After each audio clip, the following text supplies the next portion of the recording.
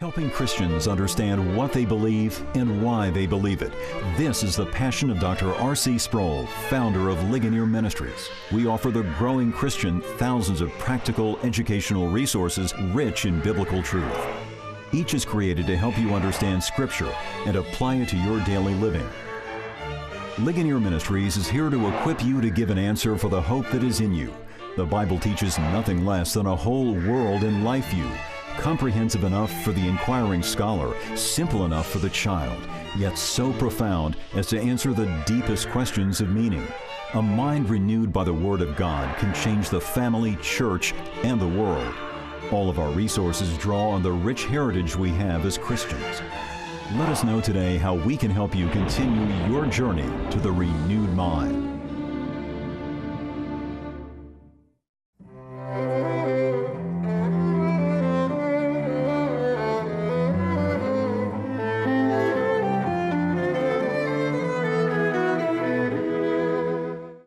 If we were to try to capture the agnosticism of Immanuel Kant with respect to theology and metaphysics, it would be with the common expression that you hear, quote, "You can't get there from here." Kant is famous for building, as it were, an unscalable wall between this world and the transcendent realm. The wall is so solid, so impregnable, so high you can't get over it, so low you can't get under it, so wide you can't get around it, and so thick you can't burrow through it. Following up on another philosopher's theory, whose name was Lessing, who gave us the famous metaphor of Lessing's ditch, where Lessing argued that the contingent truths of history cannot get you to the eternal truths of God. You can't get there from here. Well, in this schema, Kant made a distinction that has perhaps been more famous than anything else that he's done, and also perhaps more significant than anything else that he's done. And that is, he distinguishes between two realms. The one is called the noumenal realm, and the other is called the phenomenal realm. Now, the phenomenal realm is the realm of sensations. It is the realm of appearances. It is the concrete material realm where the scientist is engaged in his exploration and in his inquiry. It is the realm where sensations occur. So we might call it the sensational realm. Sensational not in the sense of fantastic or exciting, but sensational in a more literal sense, in the sense of it is the realm in which we have sensations or perceptions of physical things, the external world to us. And the phenomenal world is basically the arena of investigation for the scientist. The scientist is exploring and measuring and experimenting with things that he can perceive. Now, the noumenal realm is the realm of metaphysics. And for Kant, there are three things that he puts in the noumenal world, that is, three notions or categories, and they are God, the self, and what he calls the Ding an sich, or what we would call essences. And let's look at those in reverse order. What he's speaking about as essences are those metaphysical realities that all of the previous philosophers have been struggling with their concepts of substance, or the substratum. Remember when we looked at Locke, And Locke made a distinction between primary and secondary qualities. And then Berkeley challenged that, saying that all the qualities were secondary. And we remember Aquinas and his distinction, or Aristotle, his distinction between substance and accidents. Everybody assumes that there is some kind of substratum of reality that exists beyond what we can perceive. That there are real essences. For Plato, those essences were the ideas that are the eternal ideas. For Aristotle, they inhere in objects themselves. But whether you're a Platonist or an Aristotelian, you still had some concept of substance, some ontology, some sense of being.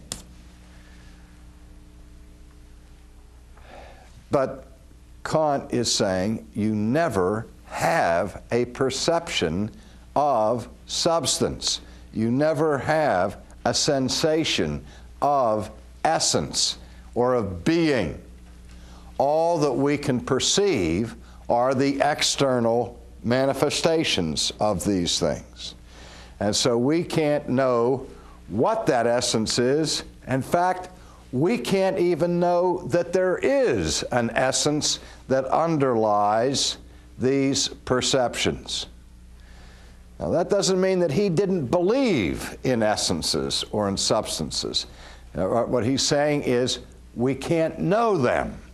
He's agnostic about them, and that science cannot learn anything about essences, so we might as well abandon any pursuit of it. And metaphysics becomes more and more speculative and less scientific as long as it's trying to go to the meta realm, to the realm beyond physics, into the metaphysical realm, trying to get to this essence. Now remember, our study in the history of philosophy began with Thales and with the ancient quest for ultimate reality.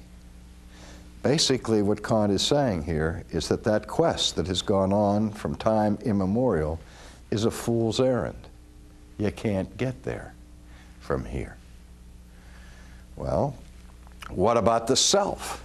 Remember, Descartes came to the conclusion that the one thing he knew with absolute certainty was that he existed. I think, therefore I am. Now, Kant said yes, but in order to get there, he's assuming a causal relationship between his thinking and his being. And he still never has a sensation or a perception of his own self. So that the self is something that is speculated by Descartes on the basis of a logical deduction from his thought. Now, I'll come back to that logical deduction element for a moment, but Kant said that he coined a phrase to describe our knowledge of the self. And it was the phrase, the transcendental apperception of the ego. And this is one of the reasons why people who aren't trained in philosophy have a very difficult time reading Immanuel Kant, because he seems to be fond of creating a whole new vocabulary and a whole new language. What in the world is a transcendental apperception of this ego? Well, again, this is kind of an intuitive thing where we have a sort of, you've got to have a sort of immediate intuitive awareness of yourself as a self. It's not something that you can know theoretically, but you just go with it. Sort of like the pure intuitions of space and time that I mentioned earlier. But you can't penetrate to the core of the being of the person. All you are left with are sensations and observed behavioral patterns and that sort of thing. You can't really get to know the self, because the self remains unknowable in the theoretical sense. But when we look at this division between the noumenal world and the phenomenal world, It's not so much the self and the essences that have created the consternation as a result of Kant's agnosticism. It's the third concept, the notion of God. Now, Kant grew up in a religious home, and he professed a certain belief in the existence of God. But he said that we cannot prove the existence of God with rational or scientific arguments. He said that the traditional arguments, the teleological argument, which was the one that impressed him the most, which was the argument from design, that is, that this world manifests an incredible pattern of design and purpose and harmony, and such design points to a cosmic designer. How can you possibly have design without a designer? And Kant, his deathbed, was very much impressed with that argument, but he said it wasn't conclusive because we're not sure that that design is not something that we are adding to this experience that we're having. So that maybe we are the ones who are imposing design with our own minds, and it's not something that we're simply encountering. But the other arguments, the cosmological argument and the ontological argument, are usually distinguished from one another. And the cosmological argument usually means that you reason back to the existence of God as the first cause for the world that we perceive. And that is based upon cause and effect, or on the law of causality. So we reason back from this finite, contingent world back to an infinite and independent, eternal, self-existent being, as we've seen with Thomas Aquinas. You remember when we had a brief look at Anselm, that Anselm posed his version of the ontological argument.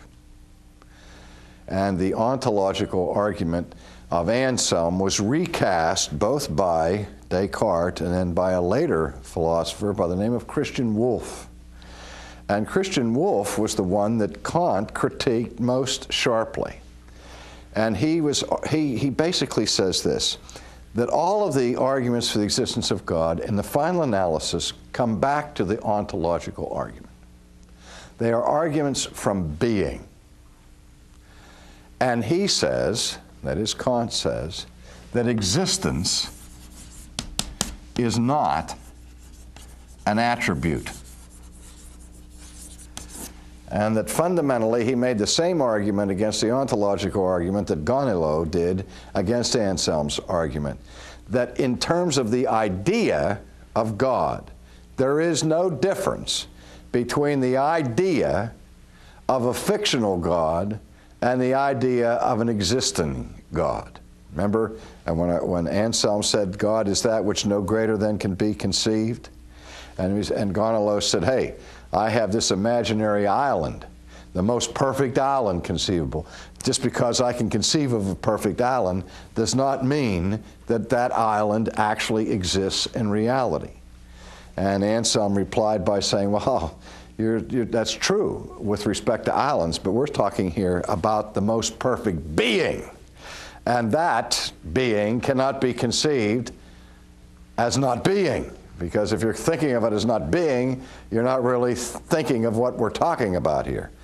Well, Kant talked again about this difference between 100 guilders, or golden $100, imaginary dollars, and 100 real dollars. In terms of the idea of dollars, there's no difference. You still have the same idea of a dollar, whether it exists or doesn't exist.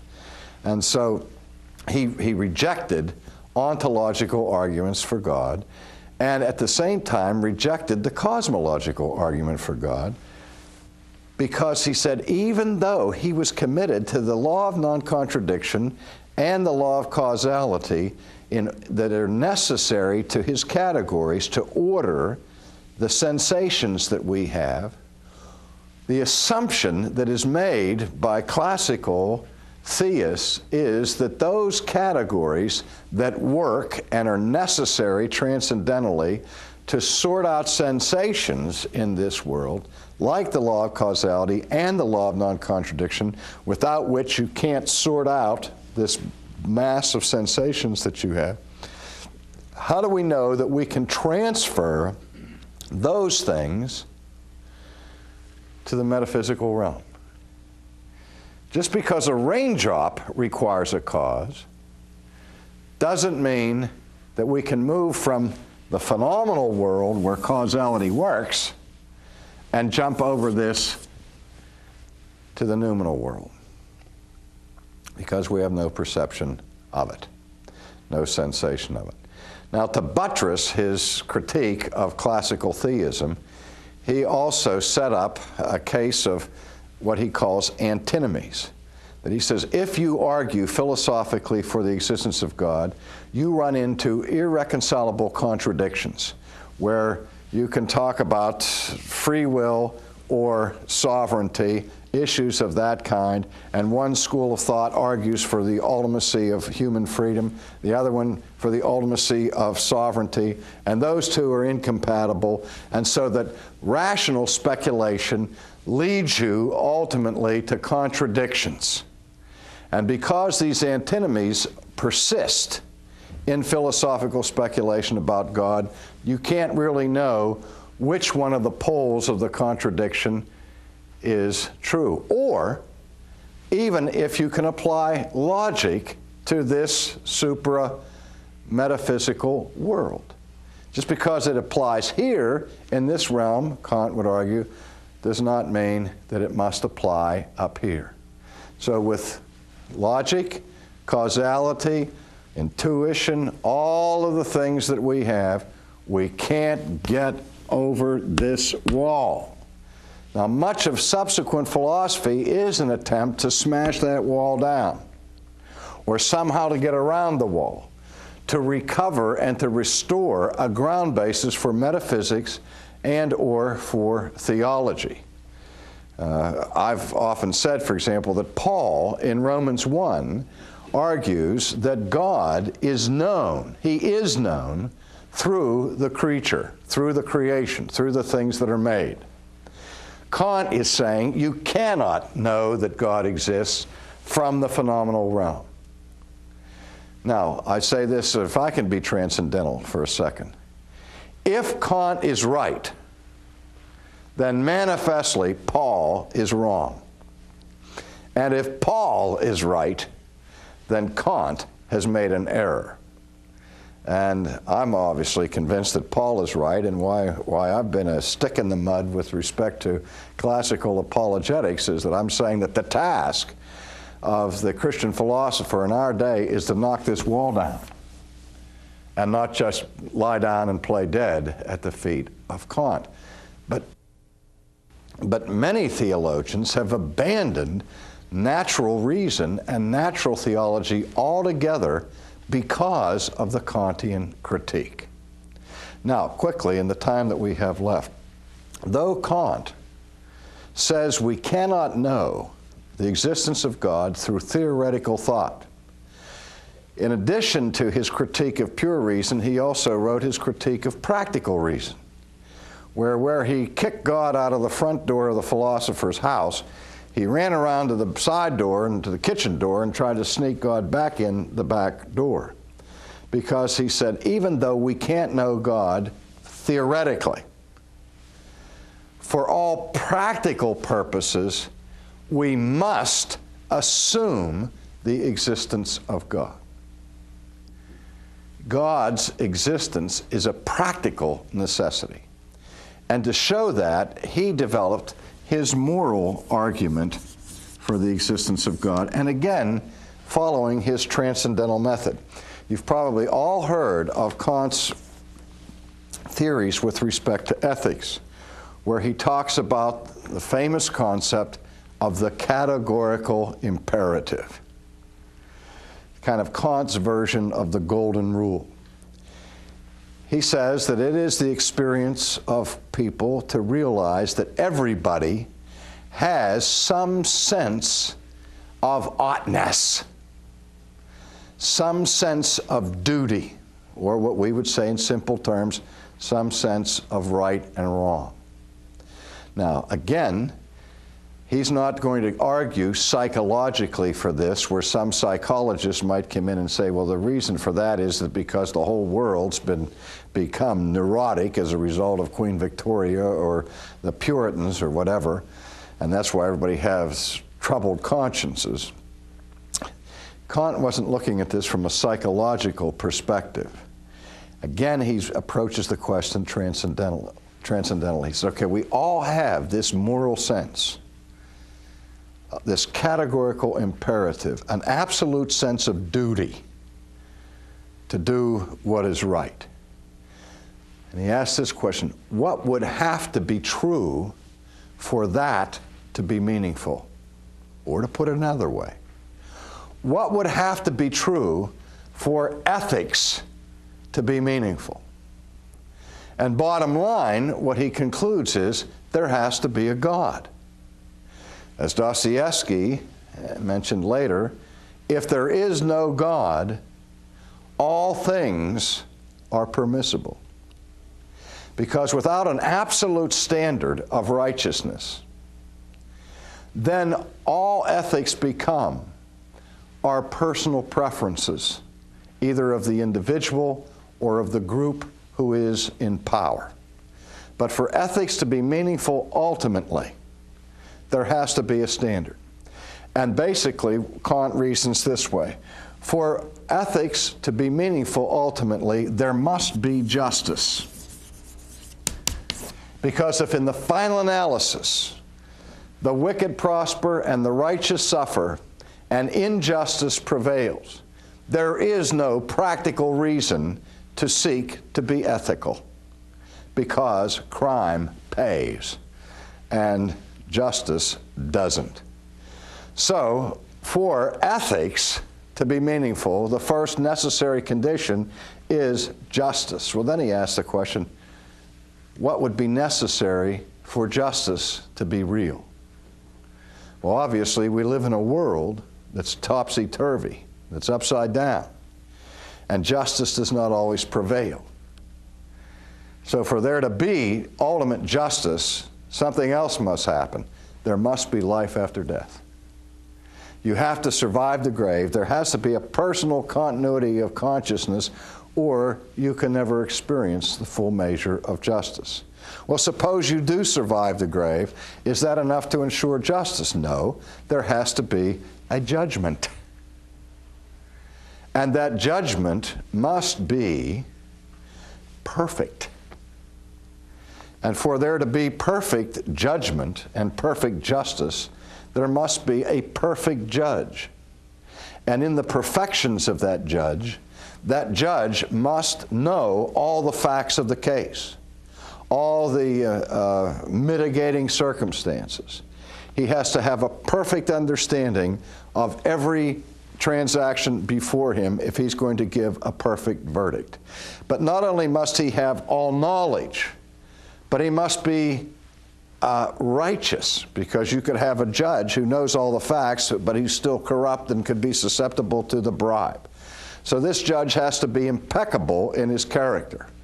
But even that's not enough to guarantee justice, because he must also have the power to implement his justice.